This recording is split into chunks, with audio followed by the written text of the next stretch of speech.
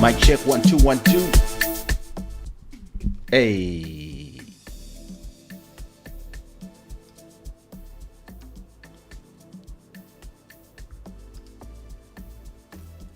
it's good. Bonsoir. Welcome to Club Shada, episode number 148. Wow, that's a lot of episodes. Thank you so much for your continued support, your continued presence here with us. It's always a pleasure to be with already 50 people. Nice. Yeah, nice seeing you. I hope you're good. I hope you had a great weekend. I hope you're in a great spirit and great vibes. We are preparing our trip to Senegal with Bodhisattva. So a lot of preparation to not arrive there and improvise. And at the same time, great beginning of the week. I was kind of tired this week. I've been tired, and I really need. I think I need to sleep more. I need to have a 1 or 2 full nights of sleep. I tend to sleep 5 hours. I think I need 2 times 10 hours. So I'll do that probably either when I'm there or maybe before going. I tend to, after I do the show, I tend to roll around and do a bunch of shit. On this time, I'll go to sleep straight after the show, and tomorrow I think I will not work. I work during the day, and at night I'll just go to sleep early, because as soon as my daughter wakes up and my wife wake up to go to school, it's over. Like the bedroom is they're yelling, they preparing themselves, and can't sleep anymore after that. So I have to just adapt. But other than that, all good. I'm back to the gym as well, so I have some back pain, so I have to book a massage before I take the plane. Other than that, everything is cool in my world. I didn't release nothing this Friday, but I have the next 3 Fridays all booked with new songs. One full of remixes. The others 2 are amazing singles. And this show is brought to you by Shadaware.com, the gods of good fortune. I told you that Sunday there would be no show. I was wrong, because actually Sunday I'm still gonna be in Portugal, and actually our trip to Senegal is actually Monday. So actually I'll be there. I'll be here Sunday, and I'm still wondering what am I gonna do in terms of show out there. I know Senegal has a very good internet, so maybe I'm thinking maybe I would go live from Senegal. I have a friend that has a great connection at home. She has the fiber, etc. So I might do it live, or if it's too complicated, I might just record it on the day and then upload it to be played live as a premiere.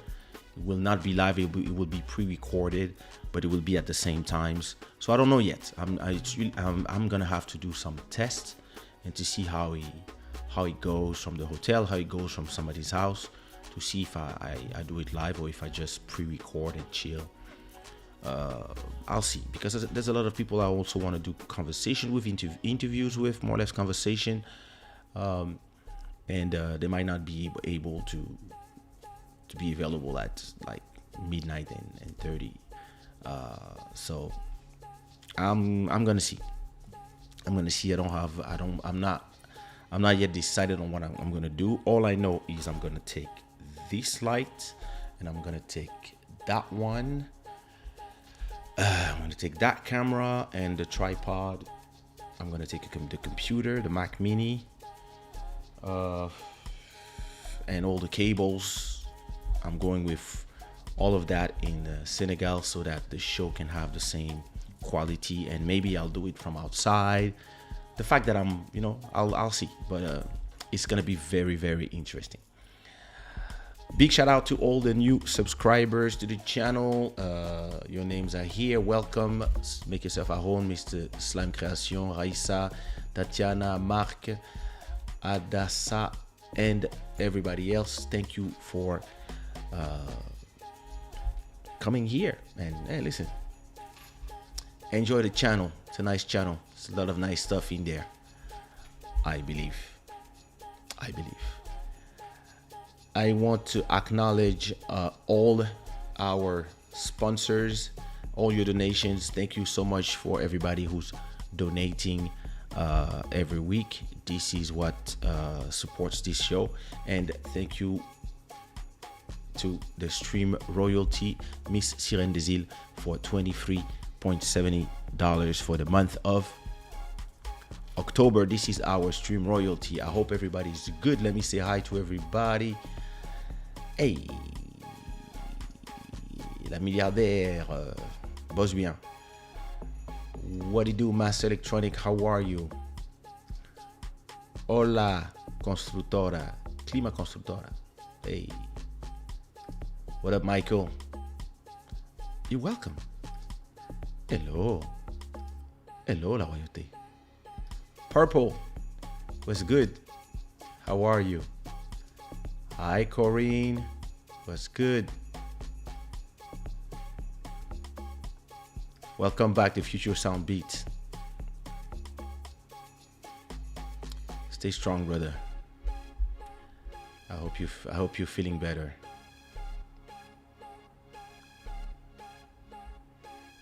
Now you can send me, now you can send me that remix unmastered, so I can replace it in the release. Hello, Melody. Hi, Heather. How are you? What up, Devin? How are you? Manu, how are you? Hey. I hope everybody good. Let me know where you are listening from. Put the flag in the chat so I can see where you are listening from. It is here. It is midnight and 49 here in Lisbon, Portugal. Sorry, my socks are getting out of my feet. Things happen. Yeah, listen. What a week. It's a very interesting week. I've been, hey, Mickey, how are you? I've been, yeah, during the week. So, let me.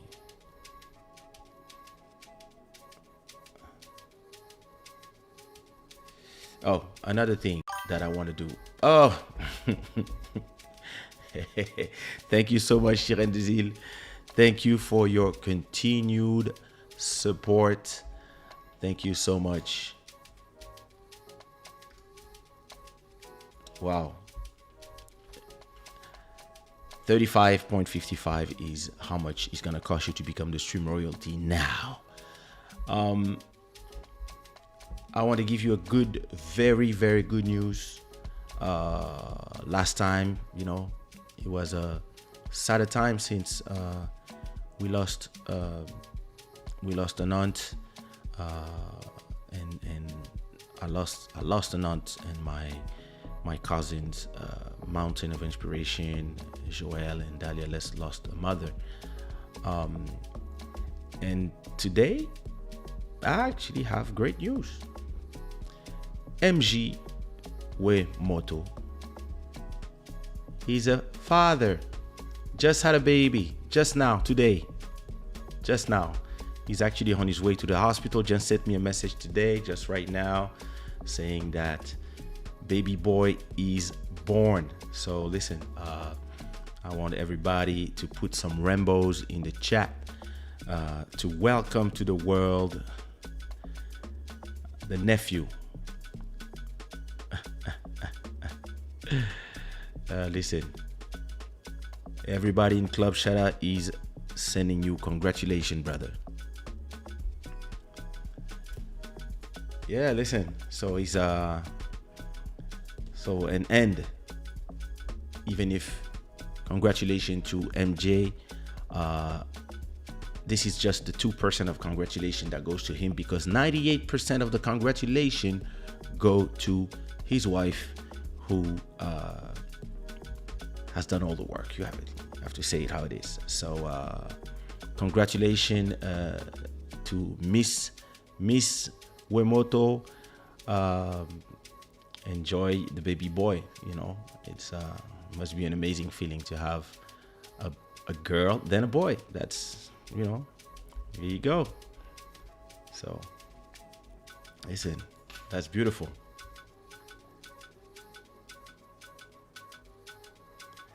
Malcolm Beast, what up, bro? How are you? What is he saying?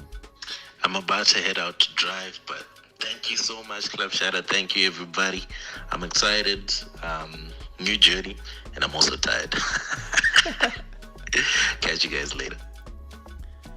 So when are you doing baby number 3? That's the question. Since you do them like every 2 years, is there number 3 on the way? These sort of focus, I really have to fix it. Merci, Mickey. Yay.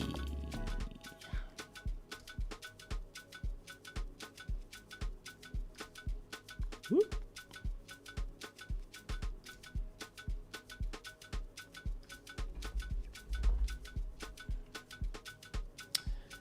Yeah, we got a new Shada Gang member.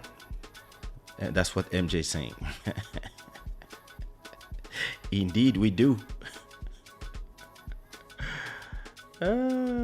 That's crazy. We have live now.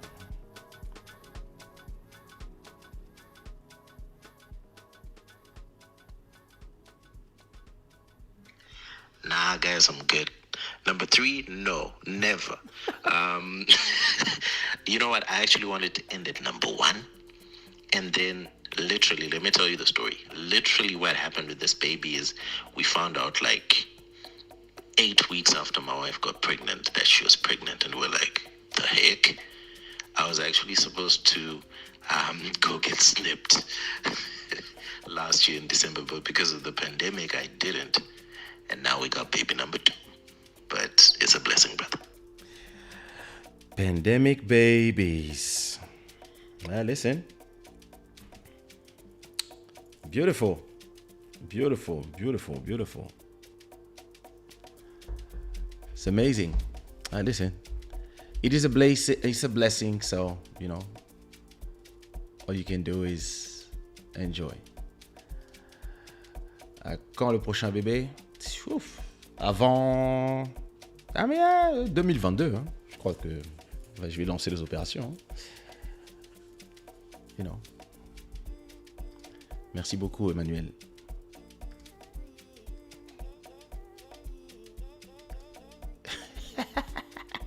Hey. Pardon, ça coûte cher. But yeah, it is a blessing. It is a blessing, you know. So yeah, listen. So what happened after the show of last time? Yeah, listen. It's very interesting how the world is in this. Thanks, Manu. This world is in a great fight between the culture that we want. Some people want a culture where they want to clean up everything, you know, and some others want to be free to say whatever they want to say, and till the limit of the law. And some people want to control the media, and they are using all kind of tactics to go there. That was so it was a conversation that is sparkling by everything from R. Kelly to French television, U.S. television, to the Dave Chappelle controversy, etc. And I was engaging in the conversation on social media, and I realized that it's actually making me anxious to talk to people who have no culture and who are just obsessed with their agenda so much that they don't realize they are doing it wrong, and they are actually losing allies in their Ayatollah style of victimization and everything from all kind of groups. And that's the MO from all the groups. And yesterday I said to myself, I'm done. Actually, I don't have to have the conversation. I have my platform. I talk on my platform about the subjects. I don't need to go and, because when you put a YouTube comments on a video, then you have people, they are professional YouTube commenters, and all they do is they go to every comment and they do the propaganda. They feel like they have it's their job, and whatever comment you put, even if it's positive, those people will come at you because you will not think exactly how they want you to think. And this is a culture today. And I'm actually not really interested in engaging. So a lot of these people, what will happen with them is that we're gonna start to ignore them and stop having the conversation, because it's an interesting conversation. Actually, it's a very interesting conversation, but you cannot have this conversation with people who are angry all the time and who are vindictive all the time, and who want to cancel you for not thinking like them, or asking a question or making a joke, etc. And at a point, you're like, you know what? I can also not care. I can just move on and be about my thing, since when we care about you and it's not the way you want, you talk a certain way. So yeah, at a point you're just like, peace.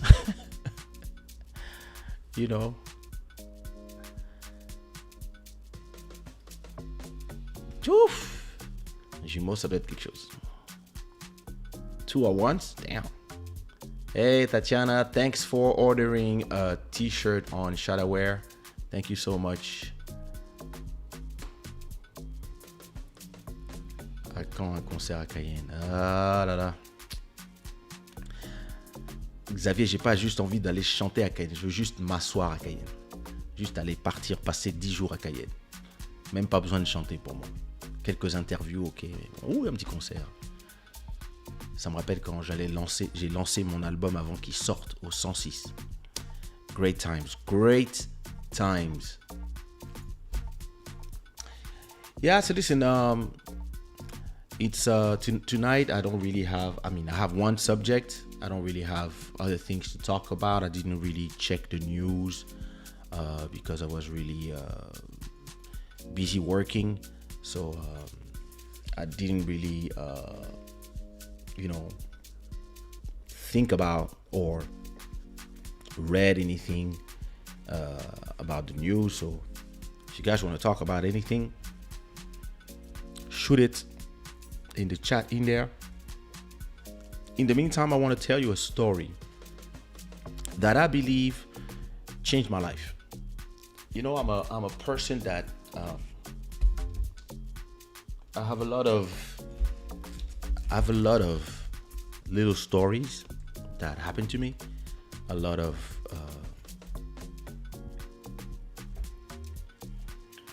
people that I met in the roots in my journey. A lot of people that are part of my journey or that were there and change something. And I think every one of these people are super important. I think most of them are super important because you know, we tend to not really realize how sometimes it's going to be a little something by one person that will completely change your whole perspective on things. So just like everyone in this world, everyone. Yeah, everyone at that time. I always thought that the only way to be able to produce music and to make good music that sounds professional was to go in the studio. To go in the studio and record with an engineer, etc., and pay a ton of money back then to record. So as a kid or as a teenager, all we dreamed about was signing to a record company so that we could have the possibility to have a budget and those people would pay for studio time. And yeah. So when I record my first album, even if we recorded in Cayenne, in Guyane, recorded the whole album out there, it was still a studio. Route de Montabot, Studio 3S. That's where I recorded my first album. And studio, engineer, bands, etc. So the normal stuff. First album, second album I recorded in New York. The first one was mixed at the Studio La Grande Armée, so it cost a lot of money, you know. What up, Irving? And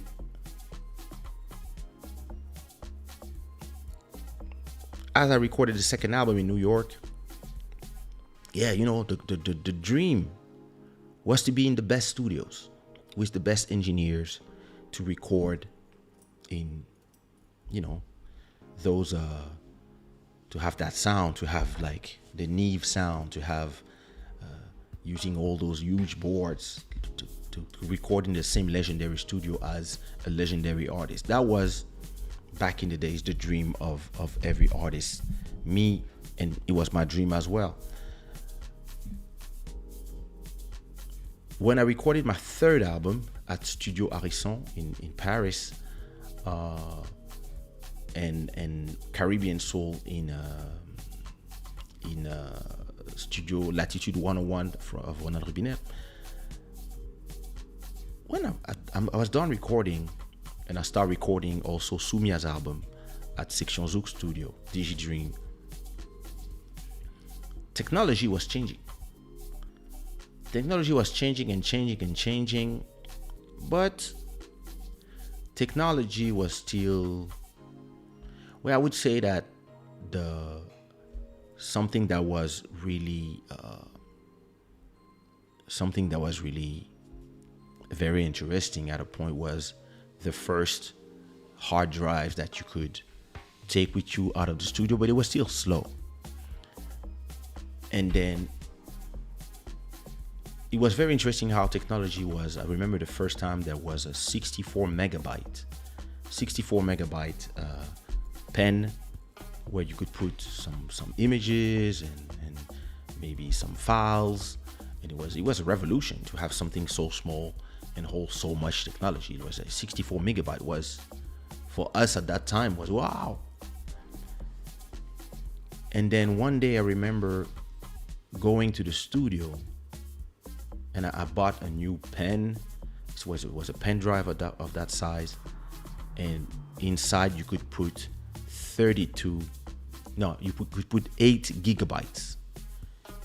8 gigabytes was huge at that time. Today, those pen can hold up to 200 gigabytes or maybe more. So I think, listen, in an iPhone, you can have 1 terabyte now. So it's 1,000 gigabytes. But at that time, I remember when, so I'm talking about 2002, 2003, you had like up to 8 gigabytes or 16 gigabytes that you could put in one pen drive. And I remember the first time that, so before that, when I used to record, you would have to turn all your tracks into track by track so you could go mix them in the studio. So most of the time you had to go with all your instruments, all your synthesizers, and re-record them track by track. So the kick, the snare, the percussion, the congas, the piano, the bass, etc. You had to track everything to the tapes. Then we became, we started using Pro Tools, which is it was kind of the same as recording on tapes, but everything was going to hard drives. So you didn't have to, you still had to bring your stuff at the studio, but instead of recording in tapes that were expensive, you would record inside of a hard drive. So the more drives you had, or if you had an external drive, you kind of had unlimited possibilities. So you could have more tracks to record. So you could record like 20 tracks of a chorus with the harmonies, etc., the voicings, but not the same as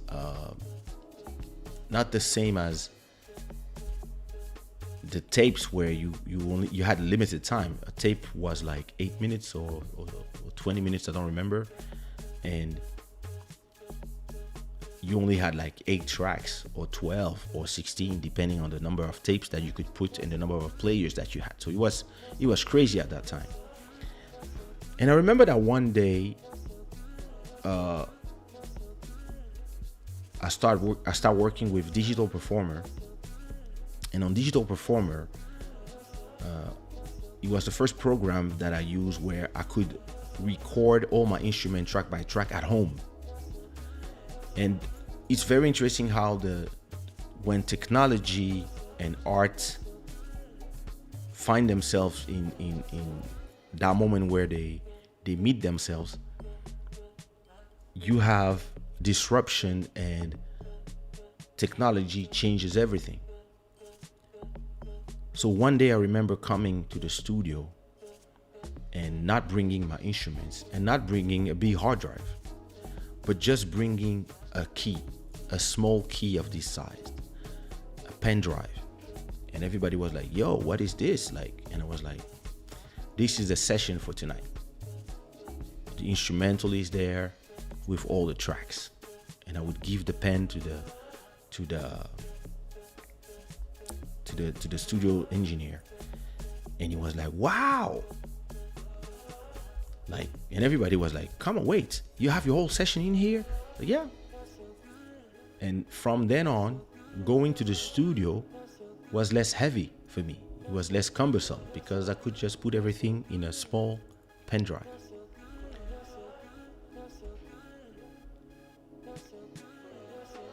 And then something super interesting happened to me. Rest in peace, Zongo Soul. So it's an artist that was part of a group in France in the 70s. It was the first Congolese kind of rock band, I would say. And he also had a solo career. And sadly, he passed away in 2018. But back in 2003, I think it's 2003, maybe before, I'm not sure. Maybe it's 2001, I'm not sure. But we had the same manager. So Guylaine Cléry, my manager, was also working with him. And she told me, like, I think we went to meet him at a restaurant called Kaysha, where is a very famous restaurant in Paris where you eat comment on dit poulet braisé? Amber Chicken in the middle of Paris, in Châtelet. And so we went. She told me, "Yo, you guys have to connect. You have to do something together." So I met him. He was like, "Yo, little brother, nice to meet you." Ah, big brother, hey. So what you have in mind? Yo, I would love to work with you on the track. Da da da da da. Yeah, let's go. Like you need a beat, whatever. No. Just come to the studio and I need you to put a rap, like one of your raps in one of my tracks. I think it's gonna be cool. And I was like, yo, bro, listen, no problem, big bro. Like, just let me know when and let's make it happen. So great connection. My manager tells me a week after that we're going to Zongo's house to listen to the song. So me, I'm like, yeah, let's go, let's make it happen. So we go to his house, and when we arrive, there was a bunch of people. There were some, those very artistic African apartments where you have like people of all color, white women dressed as Africans, painters, this, that, a big buffet, big plate where everybody's eating with their hand and with their spoon in the same plate, like stuff that kind of I was not used to in Paris. And so we're all here, we talking, and everybody's eating, and then we talk about the song. He explains to me what he wants to do, where he wants to go with the song, what the song is talking about, etc., etc. I'm like, yeah, all good. Yeah, whenever you're ready, let's go to the studio and listen to the song. So, everybody keeps eating. We in this, we here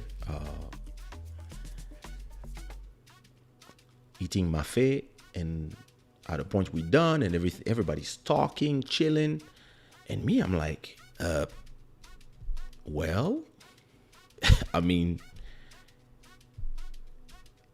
I'm starting to be bored, and I mean, I came here to record, not to eat mafé and talk with a bunch of strangers. So I asked my manager, so when are we recording? Like, when are we going to the studio? So my manager go talk to Zongo and tell him, hey, listen, Kaysha has things to do, and he'd love to know when can we record? And they tell me, yeah, whenever he's ready. I'm like, word? No, I'm ready then. So I'm taking my jacket so we can go back, to go to the studio. And I see that you had an engineer that was there, turn on the computer. And so we were all in this big living room, right? So they turn on the computer, and he gives me the song to listen to. And they tell me, you want to write now? I say, yeah. So I take my phone. At that time, I don't know what phone I had, some Nokia or some Palm Pilot. And I listen to the beat, and I start writing my verse. I write my rap, da-da-da-da-da. So after 20 minutes, I'm done with my 12 bars or 8 bars. I don't remember how much it was. And I tell them, all right, I'm ready. So now I'm ready to go to the studio. And I see that everybody that was, it was kind of like an art gallery. So I see now the painter, those women that were there, and there was this woman, she was a painter, this guy was a painter, 2 girls apparently were singers. Everybody went to sit down. So I'm asking Guylaine, so aren't we going to the studio? And she's like, I don't know. I'm like, you find out. And the engineer takes a microphone on a tripod and puts it in the middle of the living room with something in the back for the acoustic. And Zongo tells everybody, okay, he's gonna record. Please be silent. And I'm like,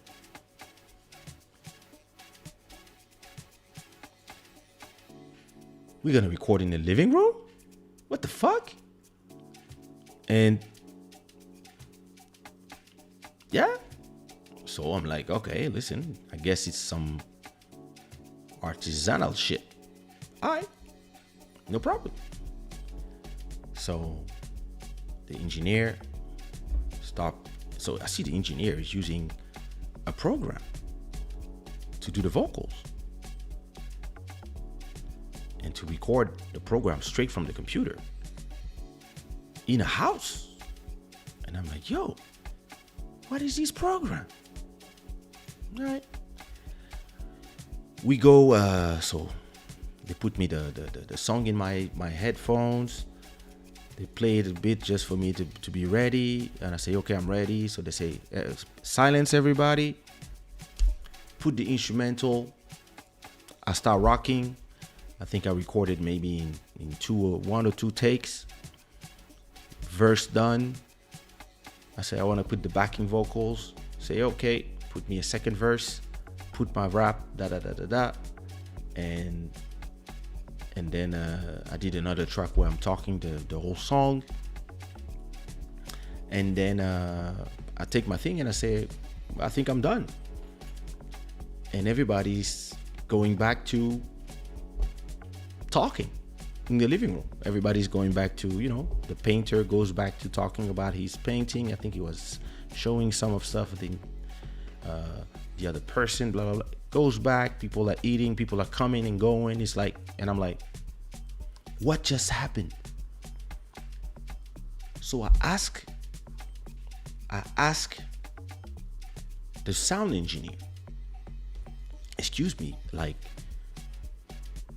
did we do a demo or is this the final song? And he tells me, this is the final song. And I'm like, yeah, but you don't record in the studio. And he's like, I mean, a studio is just a room. And yeah, I mean, the acoustic is a little prepared for sound, whatever, but it's digital. And I'm like, wait a minute. What computer are you using? Oh, it's a Mac, whatever, Power Mac G3. I'm like, I have this at home. And he's like, I'm like, but what program are you using?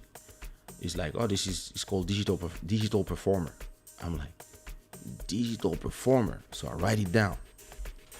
And I'm like, what microphone did you use? Like, what about the sound? What about the sound of the street? And he's like, well, a few plugins and this, that. I mean, if you listen to yourself, you see that as long as everybody's silent, there's not much difference, especially with the technology of today. Mind you, this is 20 years ago. It's like, with the technology of today, I mean, sounds great. And listen, I'm gonna put some filters to remove any sound that passed, or I'm just gonna edit them out, and with a little bit of equalization, things will sound normal. What up, Senex? Things will sound the same as if it was recorded in a studio. So I'm like, wait a minute. What is the name of the microphone? Oh, this is the name of the microphone. And I'm asking all the questions. Like, how do you do? What do you do? Da, da, da. And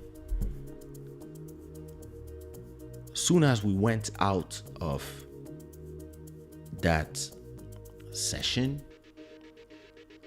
my life as a creator changed. Because when that CD came out, I could not do the difference. I could not hear the difference between this and something that was recorded in the studio. It was me, same voice, sounding the same as always. And I was like, wait. And he recorded his whole album this way. Listen, I did a few shows. I think once I had 5,000 or whatever amount I had, I don't remember. I had my list that I wrote of every equipment that he used. I bought this microphone that I've been recording on for the last 20 years, which is my TLM 103 from Neumann. I bought the same microphone exactly after that day from the money from the shows. I bought that. I bought a new Mac, a little more powerful, or maybe I bought some memory for my Mac and some new drives. I bought Digital Performer. I think I probably spent 5,000 euros at that point. And I recorded and I created my home recording studio. And I started like buying everything I needed so that one day I could just record from my house. And by the time I got my new apartment, so in 2006. Wait. Yeah, 2005. I got my new apartment. When I got my new apartment, I set up a little corner in my living room that became my recording studio, my home recording studio. And at that time, this was a revolution. And it completely changed my perspective on how we do music, because we tend to believe that to make great music, you need to spend a lot of money. And actually, after that, I never went back. Sometimes I record in studios, but it's more for the convenience, if there's house or if there are people in my house. But I started recording first my albums, and I took it slowly. In 2005, I started recording my own albums at home, but I would record Sumia, Elisio, ABG, Isa, Taina, etc., Les DS. I would record that in studio. Then I start bringing Sumia to record in my house. And actually, she really preferred recording in my house because it was just the both of us.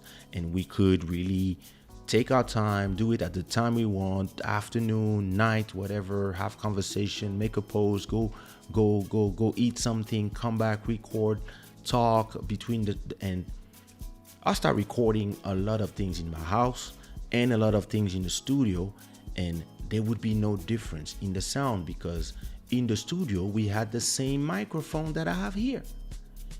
And I think it costs $1,000. I mean, back then it cost $1,000. I don't know how much it costs today, but these completely changed my perspective on creation, and it's also changed my perspective on independence.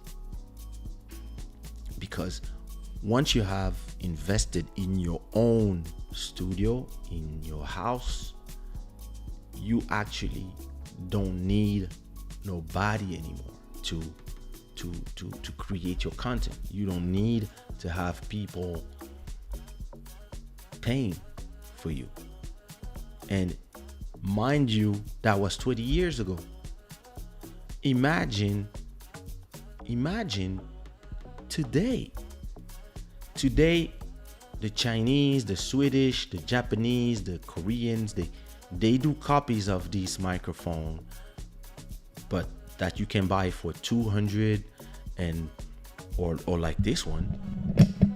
Look, this is the MV7, but it's Michael Jackson recorded Thriller on the version from 30 years ago of this microphone, but it was not USB, it was XLR, which is this cable there in the back. This is XLR. And today you can have this microphone. I think it costs $250. And you have two cables. You have one USB cable that is here, that is plugged to my computer, and here I have my headphones so I can hear myself. And the whole microphone comes with its own sound card. All you need. So I have another cable that comes with this microphone, so I could plug it to my phone. So if I plug it to my phone, The cable can go directly from the microphone to my iPhone, and I can use GarageBand, and I can record the same vocals of the same quality that I used to pay. We used to pay $1,000 per day. You can record it straight from your house or straight from your hotel room. Like, I recorded. Listen, my album Legendary was recorded in a hotel room. Some songs were recorded in the hotel room. I have some songs recorded in Pemba, Mozambique. I got some songs recorded in Luanda, Angola. I got some songs recorded in Amsterdam, in the Netherlands. I got some songs recorded in Paris from just me, a laptop, a microphone, a USB mic. And I have some songs that, and nobody would, when you listen to the album Legendary, you will not know which songs, because they all sound the same. And this completely changed my perspective on creation, on music, on the business of making music. And look today, like when the pandemic started, a lot of people they didn't know what to do. A lot of artists were calling me, telling me that they don't know what to do. Like, oh, the studios are closed, we cannot record. And I was like, what you mean you cannot record? During the pandemic, I released a track every week. And I was doing Club Shada. Because all of this new reality of how music can be done, how things can be created, and how shows, TV shows, YouTube shows, podcasts can be done. It's the same thing. Look at this show. One camera, 3 lights, because I've been polishing my show, but I got the microphone, I got the camera, I got this, I got that, I got the program Ecamm. The link is in the description, and I just have an iPad to make sure that to see what you guys are seeing at the time that you are seeing it. And when you look at it, you like, damn, this could play on TV. Like, during the pandemic, it was funny how I was seeing a bunch of people who usually have amazing, like, this big setup, and during the pandemic they had a horrible image compared to YouTube people. Like the Daily Show, Trevor Noah, horrible image from his iPhone. The Late Night Show with this guy, horrible show. Like all the big people, they had a horrible images. And look at us, we had full HD, 4K, whatever, music video looking YouTube live content and pre-recorded content. Why? Because we've been working with nothing for so long that when the pandemic arrived, those who are used to have big budget, they didn't know what to do. When we already know how to, one computer here and down there, a camera plugged to USB to the computer, program, lights, etc., and you learn as you do, and at a point you get this quality. And listen, I believe that the shows from the future will be, a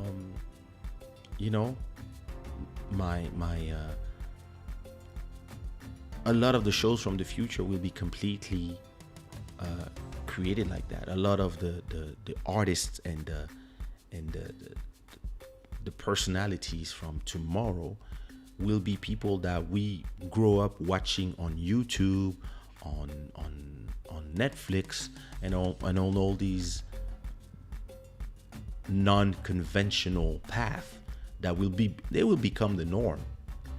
But if you would have told me 25 years ago, when I was like, oh, I need a studio to record, if you would have told me, oh, you're gonna record your whole album and you will record singles and record and mix them straight from your house, I would be like, nah, this is impossible. And look today, that's what I do. I And listen, when I go to a studio today, to go back to the pen drive, I think the maximum now can be like 500 gigabytes or 1 terabyte. I don't even know. But look, when I go anywhere today, when I go to the studio, I come with my hands in my pockets. I don't even bring anything because now I have everything in the cloud. I have all the instrumentals I need. I have all the instrumentals from Senex Beats, Malcolm Beats, Lil Maro, all my guys. I got all the instrumental in folders inside of my inside of servers like Dropbox, Google Drive, whatever, one of those services. And I also have all my computer backed up in the cloud, and I can access anything from anywhere in the world as long as I have internet. So sometimes I want to go to the studio because there's a lot of noise in my house and I need to concentrate, and I need 2 days of just recording so I can, that's what I'm going to do soon when I come back from Senegal, so I can just finish my album, right? I'm going to take 2 days to just wrap everything up. And I just go there with the hands in my pockets. Walk there, I get in the computer, I go to my phone, I go to my application, I go to Dropbox, and I say, okay, I need this instrumental. Send the instrumental just from my phone to the iMac in the studio. The iMac receives the songs, turn on the computer, turn on the Logic, the program, and I start recording. And there I ask them, because they have all the microphones in the world, I ask them the same microphone that I have at home. They said, we have this. I said, no. Bring me the TLM 103, the same one.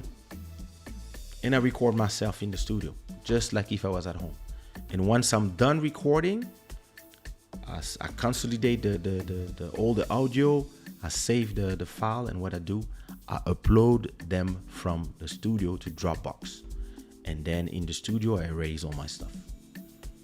And when I get home, all I have to do is just open from Dropbox, and I can finish, mix everything at home, from home. Sometimes I do it just coming back. I get home at 8 p.m. or 9 p.m. after the studio, or 10 p.m. or maybe whatever. Kiss my girls, come to the computer, make sure everything is fine and everything has uploaded fine, finish recording, or finish polishing, putting on the mixes, etc. And the next day the song is mixed, and that's amazing. And listen, this really bless the soul of Zongo Soul, because meeting him and recording that song with him back in 2001 or 2002 completely changed my perspective on what it is to do a professional recording. And this drive me to learn how to mix, to learn how to be able to handle myself. And it's something that I've been teaching all the artists I work with. Be able to not need nobody. Always, what you need to do is be able to not need nobody. No, so that whenever you want to work with somebody, it's because you want to save time, or you want to just for the pleasure of having somebody work on your vocals or on your things, or maybe sing on somebody else's beat. But you have to always be able, when nobody's available, to do everything yourself, so that people are not able to slow down your progress. And it's something I learned all around the year. So listen, that's listen, God bless Zongo Soul, and if you enjoyed that story, and if you have any questions about that subject and story, first of all, give me my unicorns in the chat, and give me your questions.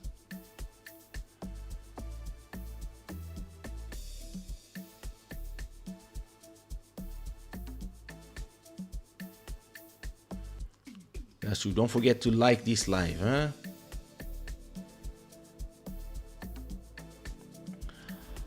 How long did you take to achieve such a professional recording level? You know, Cinex, I don't even know if professional recording level is the right word. I believe that whenever I go and I work with like real engineers, if I can say, like people who learn this at school, what they tell me is, "Are you doing everything wrong?" But it sounds great to me. So the thing is this.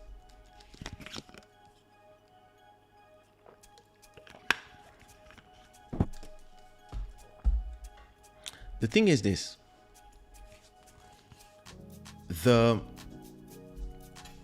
In the world of today and the technology of today, the microphones, the recording things, the plugins, the presets, even the samples that you can download, everything is already like pre-processed.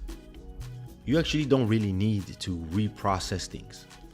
And I believe that in music, the best way to sound great is to just do, and redo. Because I don't know about other people, but for me, I hear what I want.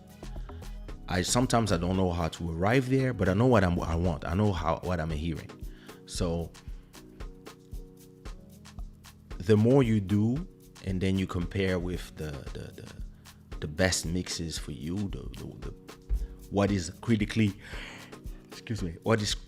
acclaimed, the more you compare your stuff and you are able to hear the difference, the more you're like, okay, what is missing in my mix, or what didn't I do, or why my kick sounds and their sounds boom boom, like why? Then you start learning, then you start trying, then you start, and at a point you get it. And sometimes you take your mixes to some professional and you ask them, hey, what do you think about my mix? And they will tell you this, and you're like, oh, okay, I see.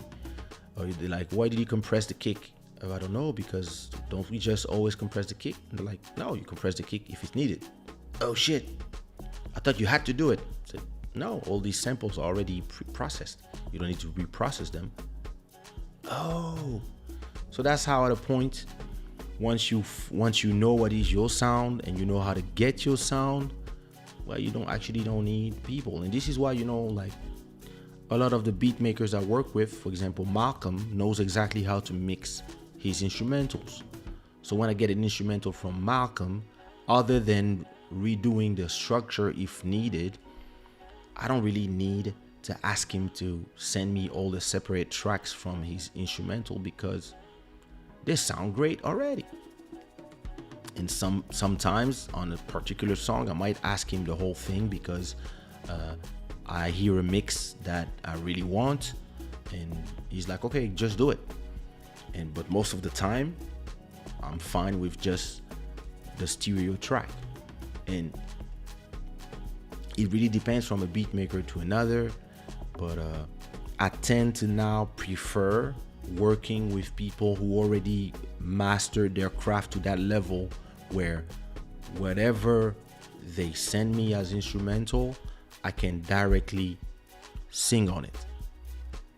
And I can sing, send to mastering, send to production, for release.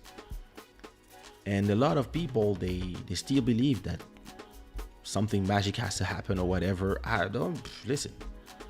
In this world where technology is so advanced, no, listen, you can just let your inspiration do its job, and that's it. That's the beauty of the world of today.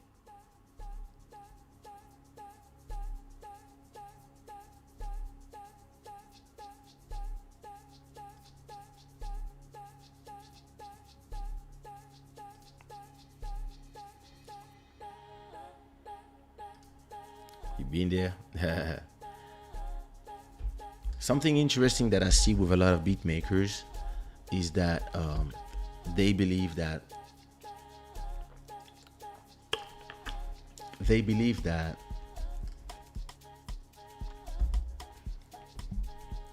louder is better.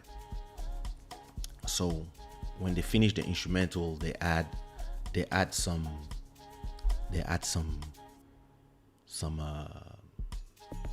limiters and they do like a mastering to hear it like very loud.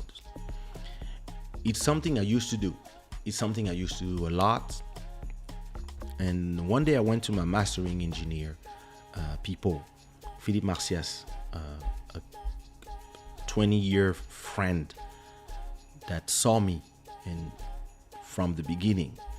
And one day I'm playing him a bit, and of course it's overmastered. I was using that plugin from sound, forgot the name, always forget the name, but listen, there was too much bass and it was super squashed, very, very loud. And he's like, yo, like, do you know that when you master it like this, you lose a lot of information? And I'm like, word? He's like, yeah. Like, I said, yeah, but people have to feel it. And he tells me, yeah, but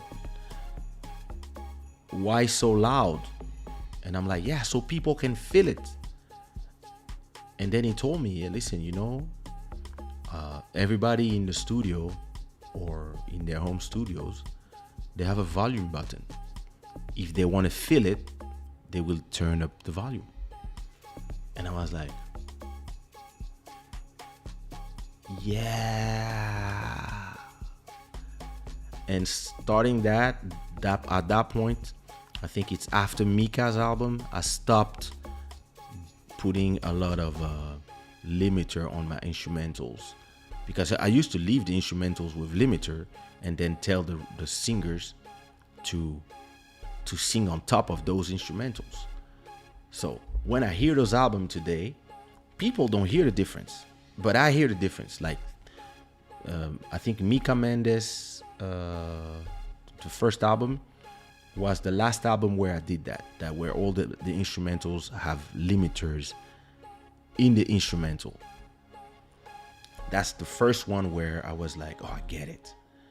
And I was like, okay, I'm gonna leave all that for the mastering. You don't need to do this when you are recording.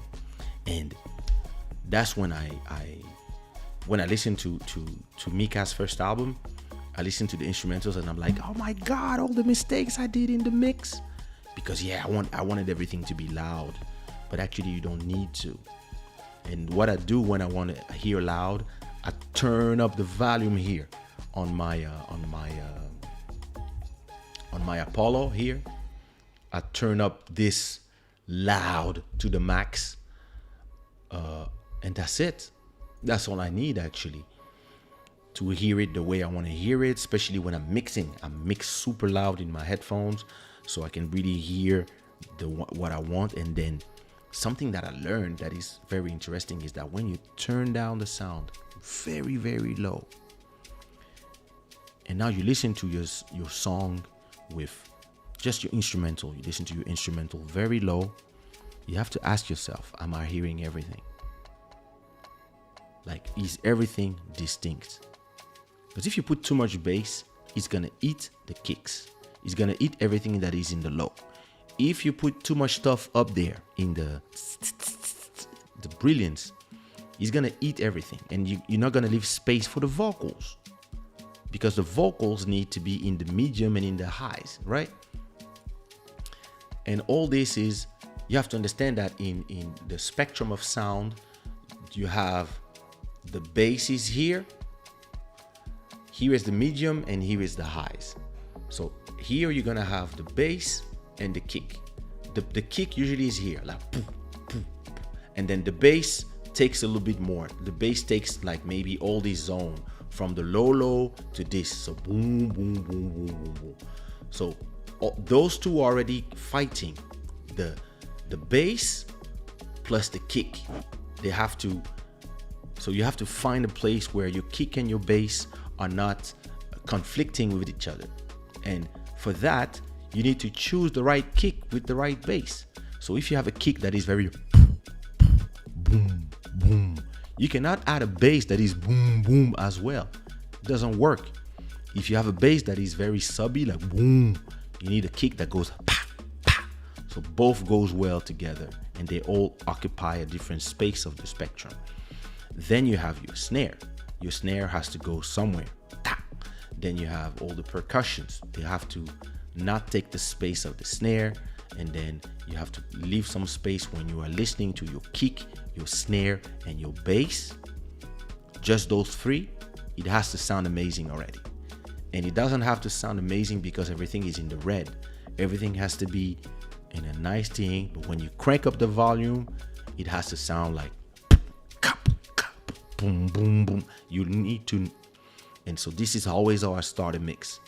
Then I start adding hi-hats, shakers, all the everything that is in the high frequencies. I start adding them and making sure that they are not taking too much space, because I know that I'm going to add the vocals. And it's very interesting when you are a singer and a beat maker and also the person who mix, you understand that everything you are doing is gonna influence what is coming after that. So you really have to understand how it works. And that's how I start slowly understanding all these techniques of mixing music, and by mixing albums one after the other, mixing all these artists, and going to the studio, asking questions, learning stuff online, and then you learn how to balance. It's called the balancing, how to not put your strings. You must be able to listen to your kick, snare, bass, hi-hats, shakers, triangle, percussions, bass, electric piano, plus strings, plus whatever electronic thing you put there. Everything has to be together and still not be on top of each other. And then you start learning some very interesting techniques, like there's a technique called the side chain. When I learned side chain, I was like, what? Like, I have a plugin called Q3 for the mixing. And what is a side chain is that one instrument will trigger an equalization. So let's say, for example, you have a kick that goes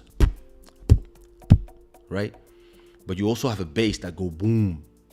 Imagine that every time that the kick goes pa, you have the low part of the bass where the kick goes, that part of the EQ goes down. Not the whole bass. The medium part of the bass continue to be there, but the low part where there's a conflict lose like 30% of volume. So then every time there's the kick, the bass leaves some space here. Continues to sound here, but here in the middle where the kick goes, everything goes like this every time the kick. So this is called side chaining. And Daft Punk, for example, they use a lot of side chaining. This is that sound that you hear when it goes in the house music, when it goes like so this is called side chain. You can even, like, for example, you can put a side chain in the whole mix where even in the chorus, every time the kicks arrive, everything goes a little bit low. Those techniques are advanced mixing techniques. Actually, I would do a studio session where we can talk about this. I can show you some stuff. But that was super interesting how when I start learning about those techniques, I realized that depending on whose instrumental I'm mixing, because mine's I already know what to do because I know the sounds that I choose from the beginning. But sometimes you're gonna have beat makers, they don't choose the right sound sometimes. And when I finish mixing their beats, they're like, damn, what happened to my beat? This is amazing. And I'm like, sometimes, a little bit of side chain, a little bit of transforming your kick with the EQ to be a little more dynamic, to let the bass go in the low, in the back, and the kick a little bit there. All this you can achieve in the mix when you start understanding what you do. But all of us, because we don't go to school, we just do it to do it. When we arrive in the studio, we just touch everything. We just put a bunch of plugin in there, and we think, yeah, it sounds great. And then you're like, yeah, aggressive. And you put some limiters. You do mastering. You put the sound too loud, thinking that yeah, it sounds hard. Actually, your mix has to sound amazing without nothing, without mastering, without limiting. Limiting, I use it really when I have, for example, let's say that my whole drum section is going everywhere, and I need to control the highs and lows. I put a limiter, but mild one, on the bus of the drum. That's where I can achieve that. The rest of the time, that's not what I do. I would just don't put nothing and make things sound great, not by the plugins, but by the way I balance. And this is the secret of my sound. It is very well balanced. That's why it sounds how it sounds. But I don't put limiters. I never mix my kick, snares. I don't mix them. I don't put EQ. I don't put nothing. They sound great already because I choose my sound to be good. And it's very important to be able to have sounds that sounds great like this. Because then, and to always remember, somebody will sing on them. So you need to also leave some frequencies free for the singers. That's why sometimes I hear some beats and I'm like, yeah, bro, too much instruments, too much stuff. There's no space to sing. No, here you can sing. No, there's no space. Like, you're asking me to be in the forest. My voice will not come out with all these instruments. Remove this, that. And this is something you learn as you make beats, of course. You know, this life turned out to be a beat makers only life. I don't hear all the girls out. They're sleeping already.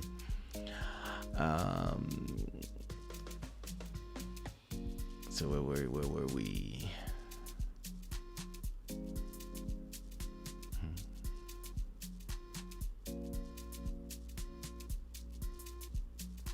That's why.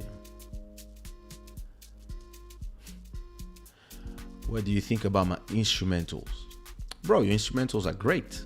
The mix of your instrumentals, most of them are great, but I think in all your, for example, malembe and all your instrumentals that I use for now, I redid the mix to just have a rounder sound. But most of them, they sound great. They sound great from the get-go. But I think most of the time I redo your mixes because I need to completely change the structure sometimes. So sometimes I want to remove something for the structure of the sound. So that's where I do it. But for most beat makers, once they are achieve the level that I need them to be, like a Malcolm, for example, I just tell them the structure that I want, and I send them a cut of how I want it, and they redo the instrumentals the way I want. Or sometimes I don't even ask for nothing. I just cut here and there and make it be structured the way I want.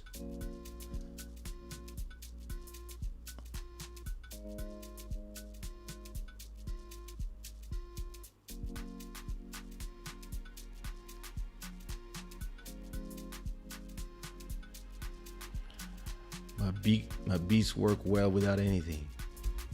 Well, I mean, we took a long time to arrive there, but yeah, your beats work very well.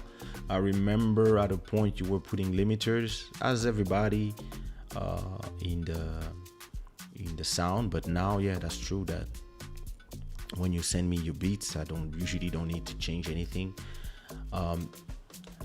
And I believe that something that I do now as a beat maker, I mean, I've been doing this for more than 10 years now. When I do my beats, I don't save them loud. A lot of people want to save them loud so that when people receive them or they listen to the telephone, it's loud. What I do, I save the wave always at -3, -4 dB, and without anything, limiters, etc. Because I know the limiters will be in the mastering. So if you put a limiter in the instrumental already, then you put the voice, then you put the limiter again in the mastering, you're gonna lose information, and sometimes it doesn't sound good. And what I do now is I save all my instrumentals when they're done as wave. I save them in the beats folder, already mixed, already ready to use. You can cut here and there if you want, but they're ready to use, and they're not loud. They're at -3.5 dB, which is perfect, so that people can just record and just continue their lives. And every time beat makers send me instrumental, I ask them the same thing. Now, when I want to send an MP3 on WhatsApp to somebody, I take the wave that sounds low and I just put it in my program Fission. I think Fission. What's the name of this program? Yeah, Fission. And I just turn up the volume, and then I save as MP3 and I send the MP3 to people. This way, I don't need to, sometimes you send instrumental, it's too loud, or it's something that happens a lot when people send me remixes. When people send me remixes, a lot of times what I have to check is, did they do a master? Did they put the volume loud when I'm like, I don't need that? So it's something that a lot of people still do, but the more they do remixes with me and they understand, most of the time I tell them, hey, remove the limiter. I don't even need to listen. Sometimes I just open in Fission and I can see the difference by looking at the waveform when something is like this and something is, and I know when these people put some limiter, and I just send an email, hey, resend me without limiter. I do this all the time with some people, it's when I receive the remixes, but it's very interesting because I see the progression of a lot of the remixers that I work with during the years. Like some guys like Malcolm's, it's been more than 10 years. So with the time, we know how we work. But some people that started doing remixes a year ago, I can see how the sound was back then, and I would send them a 2 or 3 emails telling them, hey, turn up the kick of 1 dB, turn down the snare of 2 dB, do this, do that, the bass, put it more like this, add some, etc., etc. I would do really a mix by email and tell them exactly. It's very interesting how now I can even hear how much you need to put more of something. It's crazy. But it's a question of hearing it and feeling it. And so those people in the beginning, I was like, oof, this is gonna be a journey. And today, a year after, some people I'm listening, I'm like, all right, in a year, it's gonna be at 20%, and in a year, 40%, and then because I'm a long-term person. I believe in working with people on the long term, and I believe that we all learn. Like when I listen to my old beats, I'm like, what the fuck? But it's a process. It's training your ears. It's training your way to record, your way to produce as well. Me, I produce mixed, because while I'm producing, I'm already doing all the right, putting all the elements in the right volume, because I've been making songs for so long that I know exactly what goes where, and it's a question of hearing it. Yeah, especially the side chain from Q3. You can even side chain, not just remove everything, the volume, but you can side chain only on some frequencies. This is crazy. That's another level. Hello, Charlene. We're talking about technical stuff, so good. I hope you're good.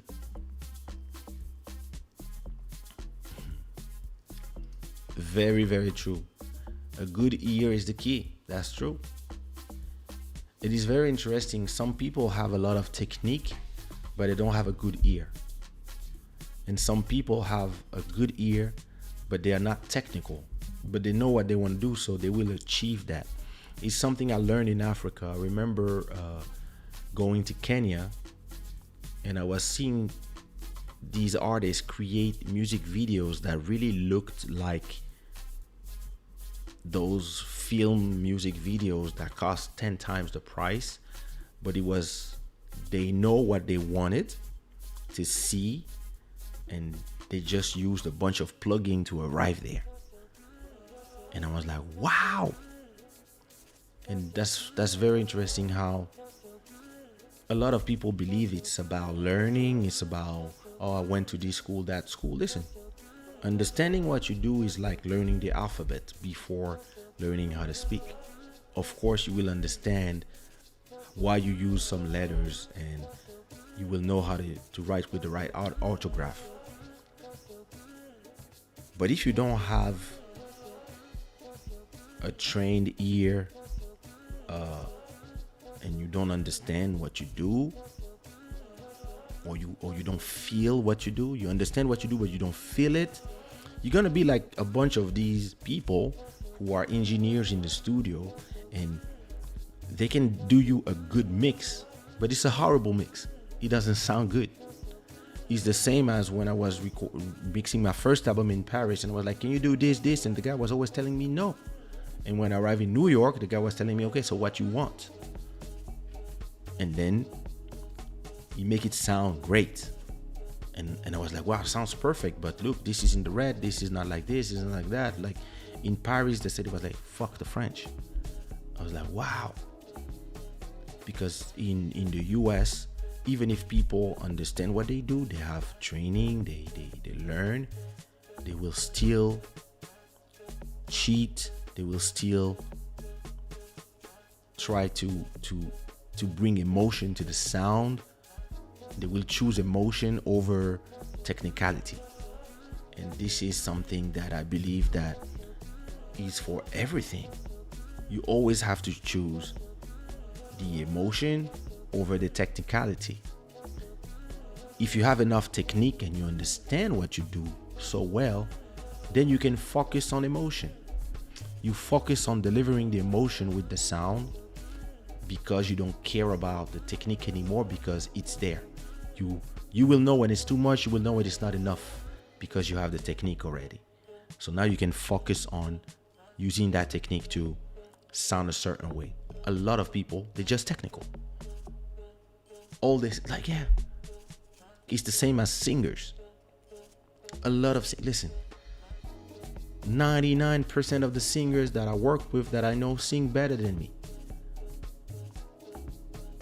Me, listen, I'm not a singer. First of all, I'm a beat maker that raps and sings sometimes. And without auto-tune, I cannot sing like a straight note. But I hear good notes. I hear when it sounds bad, whatever. I can hear it. And my technique has, of course, been way better over the years. But what makes the hit is the fact that I have emotions.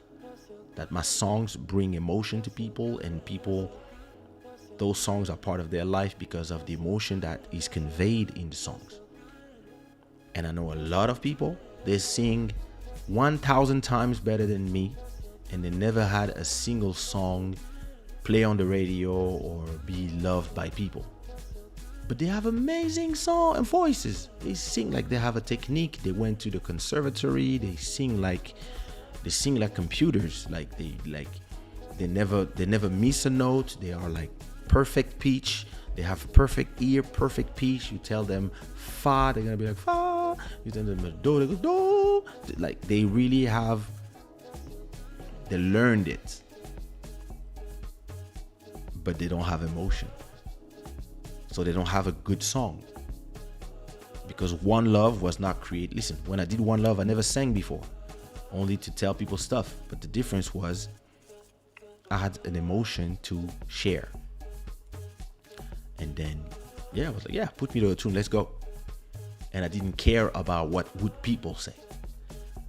I was like, when the album was out And everybody was like, yo, before the album came out, and everybody was like, wait, you singing? You're not rapping? I was like, yeah. Wow, like, ain't you scared? I was like, well, listen, maybe they will like it, maybe not. We'll see. Album came out. Why? Because of the songs. The songs, not the technique. And I know some girls and some guys, like, they sing so well, they end up just being chorists. Why? Some people are chorists because they're not interested in having a solo career, right? That's of course. But there's a lot of people, they want a solo career, but they end up just being chorists. Why? Because they don't know how to do emotion. They just know how to deliver technique. Or they will come and they will yell the whole time, or do a lot of vibrato, a lot of show off. Listen, somebody who's listening to a song is not listening to your technique. He's listening to what you're saying.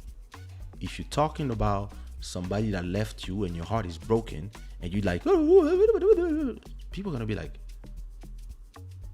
but if you say, my heart is broken, like, oh. And this is a difference between, yeah, listen, what works and what doesn't. Very interesting. Hey Nadia, how are you? Welcome. So it's very interesting. When I'm late, people arrive. People are here waiting for me. When I start my show exactly on time, all the girls are late. Very interesting.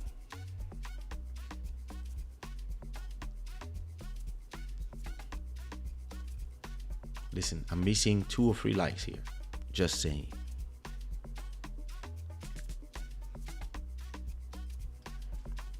You can think better, but if you deliver the emotion, the love and feeling, your song will end up in the kitchen forever.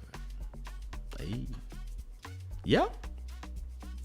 Exactly. Yep.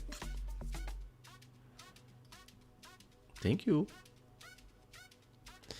But yeah, listen, that's a very interesting conversation about everything I learned in making music. You know, I like to also have conversation, like technical conversations, more than, you know, pop culture conversations. Both are interesting, but I really like that aspect, the geeky and the business side of things are really, you know, some of the things that I'm really interested in. So it's very important that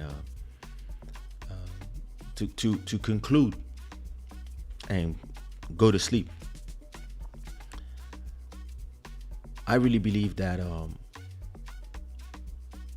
me meeting Zongo Soul and recording in his living room,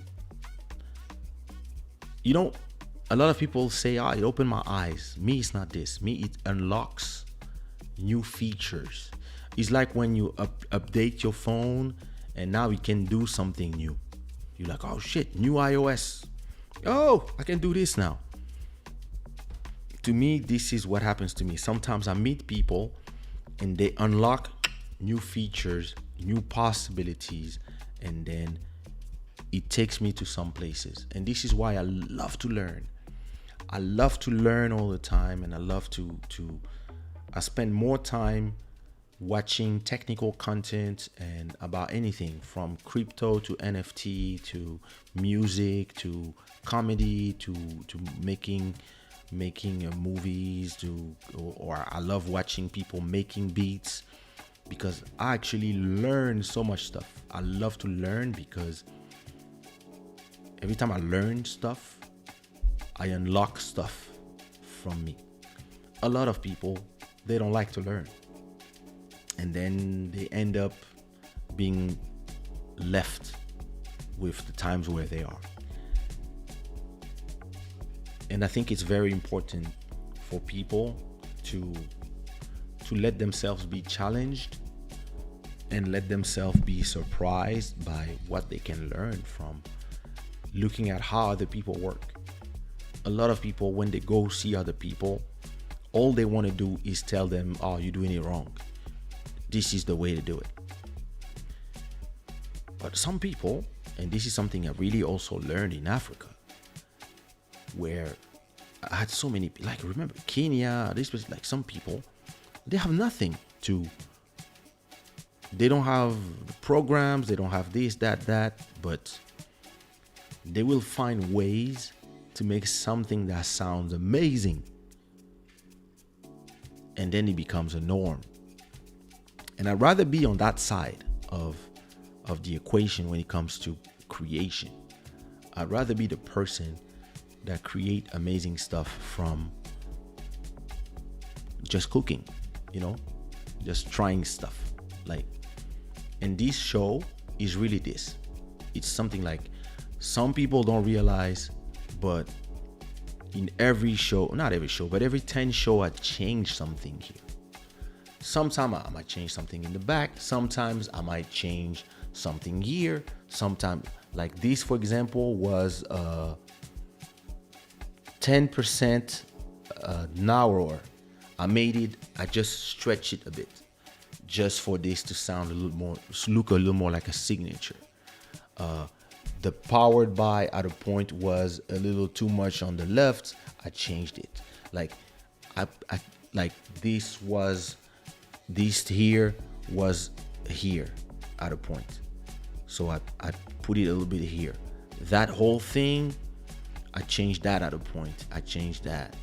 I put some more space here. Like, I keep changing stuff, and the more I'm watching shows from other people, etc., I'm looking at their setups, and I'm, it makes me think of what I can do then. And like, I'm always in this state of always changing the things and always evolving. I believe that you have to evolve all the time, and this is why when people tell me, "Oh, I love the old Kaysha, when are you gonna do a song like One Love?" I'm like, I won't. Just go listen to One Love. It's there.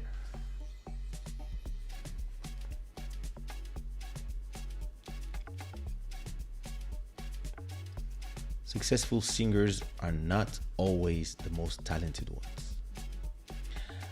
I would not say it like this. I would say successful singers are not the most technical ones, because talent is not a question of technique. If you have technique and you know how to do stuff because you learn, etc., at school, or you've been training for it, this is technique. But the talent to create a great song is a talent, even if you don't have the technique, even if you are not like a super singer and you need your voice to be tweaked or to sing inside of an auto tune. If you can make a great song, this is your talent. But if you learn to school how to do a perfect triangle, this is not a talent. This is something that you learned. They taught you how to do it. They show you the technique. And I believe you have to find the right balance between technique and talent and stuff that just comes and that you were born with, and that you have to work on, of course. And some people are scared. Some people are scared to learn too much technique, because it might remove the essence of their talent, because now they will mix differently and it will sound differently, but maybe it will sound like they learned at school, and it will sound good in terms of the format, but then you might lose your personality. This is like, for me, I never went to learn piano, never learned to all these things when I always wanted to do, because at a point I was like, yeah, I think people like it this way, so let me keep it this way. I still want to learn a bit.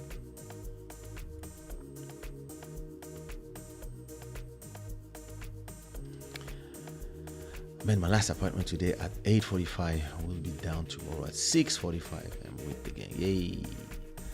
Me, I'm going to sleep. I'm super tired. I really need sleep. Do you experience load shedding? I have, and it's the first time I see this word, so I don't know what it is.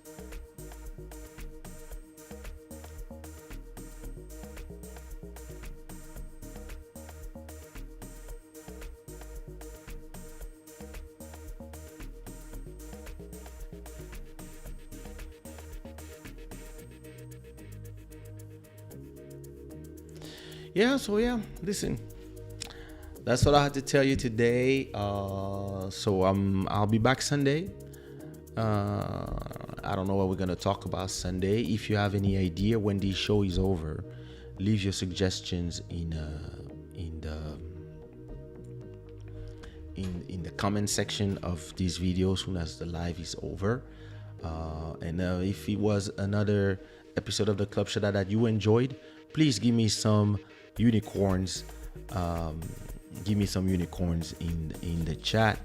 I want to thank Siren Desil, the stream royalty, for the super chat, and everybody from sticking here. As always, you know that it's a show that is brought to you by shadaware.com. And yo, listen.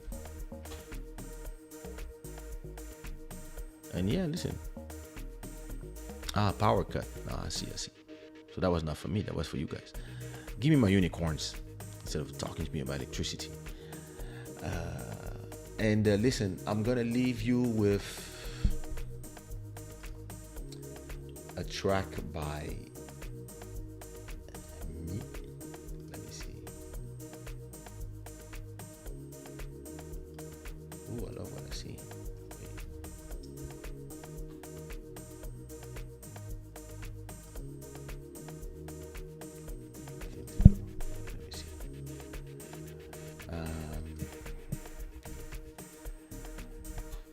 I'm gonna leave you with a track by Kaysha.